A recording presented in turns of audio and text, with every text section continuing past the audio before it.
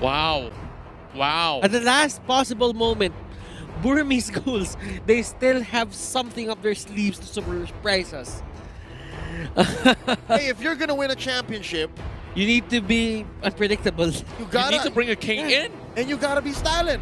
I mean, this is pretty interesting because it's working similarly to Diggy, where it's just going to shut down the mobility coming in from Bren Esports. They have a very clear escape mechanic with this, and Bren Esports, they have no way to really get in onto the fight except for Baxia, and he won't be able to get out. So tight corners, what used to be Bren Esports' favorite place in the world, now Burmese Ghouls will start to dominate here. They do have an in if they get it right. The diversion from the Luoyi, but it's so high risk, it's so high concept at this point. Exactly. Tight, narrow jungle. Nah, don't fight there, Bren. Burmese Ghouls, if you look at it, if they don't finish the game early, the scaling is going to favor the side of the Philippines, Bren Esports. Yeah, I honestly really like this Loyi. We haven't seen that Loyi in a while now. Now, paired with this Baxia, you can definitely go even more places that the Baxia could not reach. So with that being said, this is our very final game. It is best of 7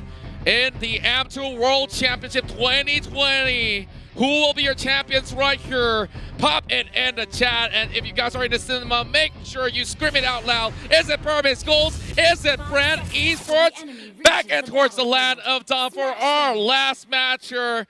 Casters, it's been a long day, but we need a champion at the end of the day. We do need a champion. Burmese Ghouls, Bren Esports. One last game.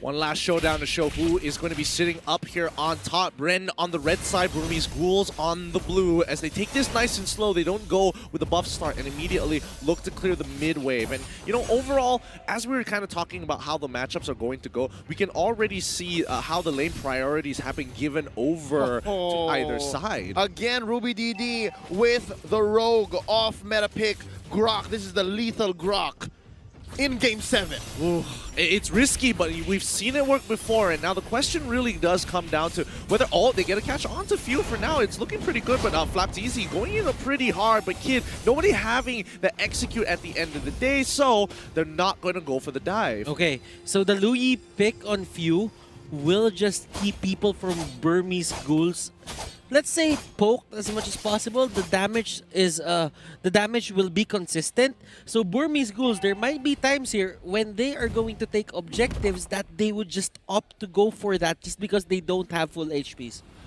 It's not even just about the full HP. Yeah. It really does come down to who is going to win this level 4, and it is leaning more towards the Burmese Ghouls, but under specific conditions here. Because Bren Esports, overall, you look at their composition, it's like, yeah, this makes sense. They go in, they take the fight, full team fight, plenty of AOE damage, lots of magic damage, got a pick, got a Lusty with that pick. It's almost perfect. But then you look at Burmese Ghouls and you see the King's Calling, and you're like, ooh, that's kind of a problem, because if we count the number of mobility skills and spells coming out from Bren, that's at least 4 of them. Actually, that's at least 4 of them, yes. Yep. So again, great read here by the Burmese Ghouls, playing the reactionary lineup despite being on blue side. The genius mind of Coach Panda here in action now. Turtle started here by Ace, and he's going to put a few beads on it. Again, Brody doing well for Bren Esports in game number 6, here game number 7. How the tables have turned. Now the fight has begun inside the river. Order Brilliance now popped here by Kid. He wants out. That's 1 ult counted down for each side as the Puissance is in for Flapteezy. They disengage. Okay. I mean, Kid can't switch over the Chaos Darkness anyway, so still he is going to be relevant in this turtle fight. Games take longer, then that means it favors the side of Bren. Now, look at that magnet, the yin and the yang. Diversion is there. Hold up, here we come. Bren, fakes it. They're going to continue the fight, though, up north. Phew, first blood. Here comes D. He starts it strong. That's going to be a disengage, and now Bren is disincentivized for going into this first turtle take. Hold up, they still want more. That's going to be called easy. Blazing Duet out of here, and yeah, it's a push and pull. Yeah, it really is. And Few, unfortunately, making the mistake. He tried to fake it out with the rest of his team, especially with that fast rotation coming in from Bren Esports, and the rest of the team wants to get in. Now, Flapteasy, he jumps right on top of Kid. He drops out the Toys Poissons, as well as the Rejuvenate, in hopes that Lusty gets in time. He flickers on backwards, kicks back, ace into the fight. The King's calling his up, but the damage has been done. Loyi getting a double kill so early into this game. Oh, Few! He's so close to dying, doesn't get hit by the Nature's Bear, but he gets hit by the Wild Charge at the end of the day. RubyDD, the next to fall. Huge win for Bren. And Bren Esports, they are finding the trades. Burmese Ghouls not backing down.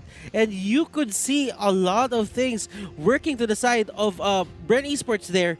The kick on Ace was perfect. That's just what they needed at that certain point in time. The exact target. Now, quick item check before the 5-minute mark.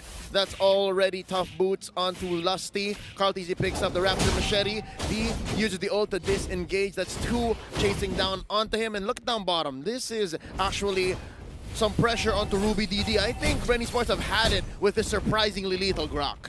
Yeah. This is the first time that we see him hugging the turret.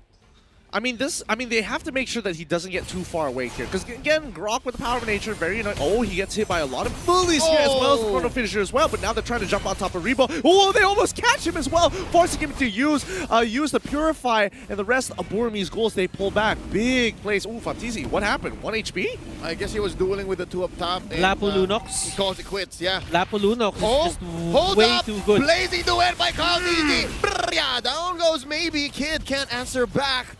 Interesting entrance by Bren Esports, and right now they're trying to go for this push, looking for a conversion. Ace puts a few beads, gonna be popping the torn apart memory from here on very soon now. Oh, nice wild charge here by RubyDD, and they decimate Bren Esports from underneath their own tower. 3 for none. The Ghouls are feeling it. They are pouncing back. They're looking to really turn this into the brawl. And D, he knows that he has to throw himself under the fire. And Flapteasy, he's going to be dropping. Oh, he gets peeled back. Move. It's a great pull, but he does force out the Rejuvenate. And nobody can really deal with him thus far. Not enough damage. Can he get the Cyclone's Eye in time? He gets hit by the stun. Maybe steals the Cyclone's Eye, but Flapteasy, he's like, nah, shield unity, and I'm rolling out. Okay, this is one of the things that Burmese Ghouls is really good at.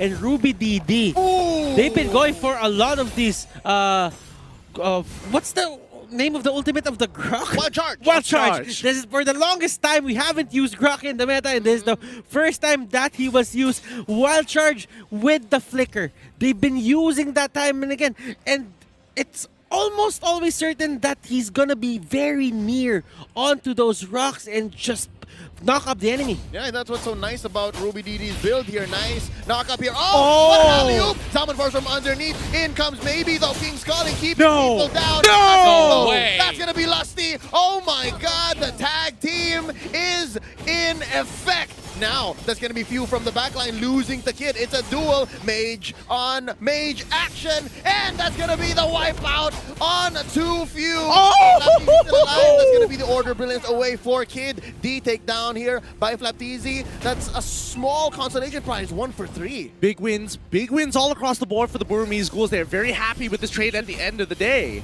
They should be holding on for Bren Esports. Burmese Ghouls, this is going as the way they planned it. They get pickups, they get kills, they control the mid-game, they make the most out of Ace, mid-game spike. That's it. Oh no! Kid gets caught in by Flapteasy, and here comes RubyDD looking for a target. That's going to be a miss. A rotation in by Few, and this is Bren Esports pressuring the lane. So far, so good for the Burmese Ghouls. They're winning these fights, but just the same, Bren Esports are finding pickoffs where they can and pressuring the map. Look at this, a push by Rebo. Yeah, they're literally, I mean, both sides are literally looking for those flanks, getting behind the tier 1 turrets and going for these heavy dives. But maybe that King's Calling is super effective against Rebo. Rebo has to be extra careful in that King's Calling. Purify ain't gonna save him. Look at the Enchanted Talisman even being used here for Rebo, and that is quite unusual because a lot of the Harriet side laners are going for the Calamity Reaper and the Feather of Heaven.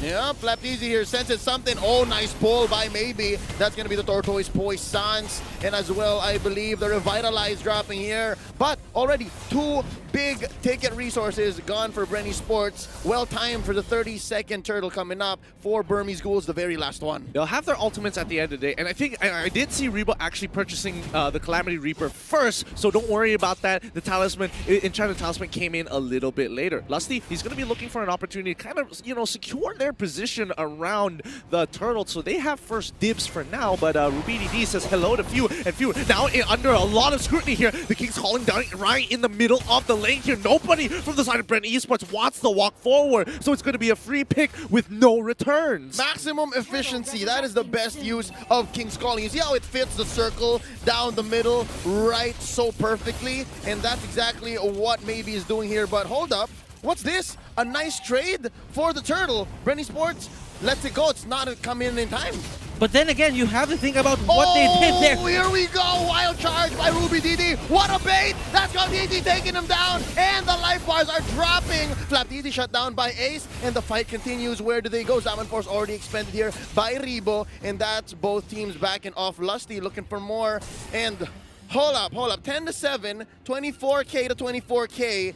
This game is darn close, but the Burmese Ghouls are up by one turret. Golden Staff is now up for Carl TZ, and you can see the trades. Ruby DD maybe is just playing the keep away game. He knows that if he stays alive, he can just keep on going for those pokes. Now, if you would look at the items, Lusty here with the Athena Shield. Rebo does have the Calamity Reaper with the Enchanted Talisman. Enchanted Talisman on Few as well. He's probably gonna go for something or something of a Ice Queen wand or a Lightning Truncheon, or probably a Glowing Wand as well.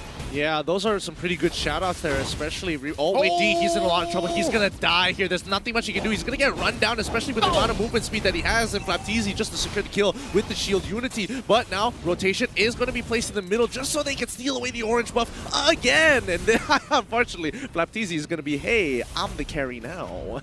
Oh, actually, that is the case, and now Kid gets caught in here. That's going to be quite a hit from the back line as Ruby DD goes in with a wild charge. Maybe here, caught out Flapteezy inside the turtle, the purple pit, and that's going to be the back out. Oh, nice knock up, nice wave of the dragon, but they take out Flapteezy first. Lusty still in here, Kalteezy, blazing duet. He's trying to get one. That's going to be Kid, and they back out. Oh, nice power, nice swing by Ruby DD, but it's not enough. Double kill here for Carl TZ, 2 for 1.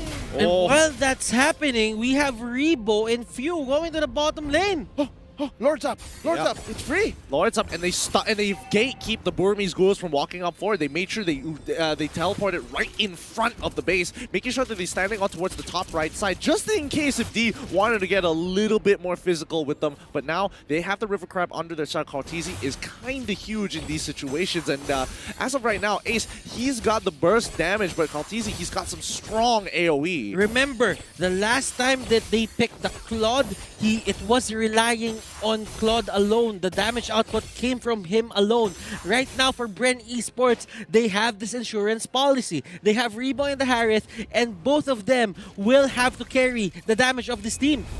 Not to mention, Few just purchased the Necklace of Durance, and that's going to be very, very helpful, especially against Rubidi D as well as D. And let's see how this fight, as it's about to occur, they want to look for that big engagement. Here we go, Lord at about a sixth of his health. That's going to be a reset. Flapteezy already pops here. The Puissance rolling out. And it seems like Ruby DD is going to be the first target. Oh, he goes for the swing, goes for the wild charge, and misses. That's a nice free pickoff for Bren Esports. Nothing for Burmese Ghouls to take here. Hold up. They jump in. Nice pull out to Lusty. He goes down. Kid gets the kill, and they are going to be backing off 1 for 1. Blazing duet. Blazing duet by Carl Easy alongside his Alpha Force to keep them pinned down. That's going to be a double. Down goes Ace. Down goes Maybe. D as well. Kid is the only survivor in this onslaught. Ladies and gentlemen, Bren Esports have gone 4 for 1. Let's go! Bren Esports, they see the King's calling, it's gone. They run straight down and force the engagement onto the Burmese Ghouls, and now will profit the Lord as well as a mid-tier. Oh my goodness, they should be able to get this. No, can they get this? Yes, they've got the as well.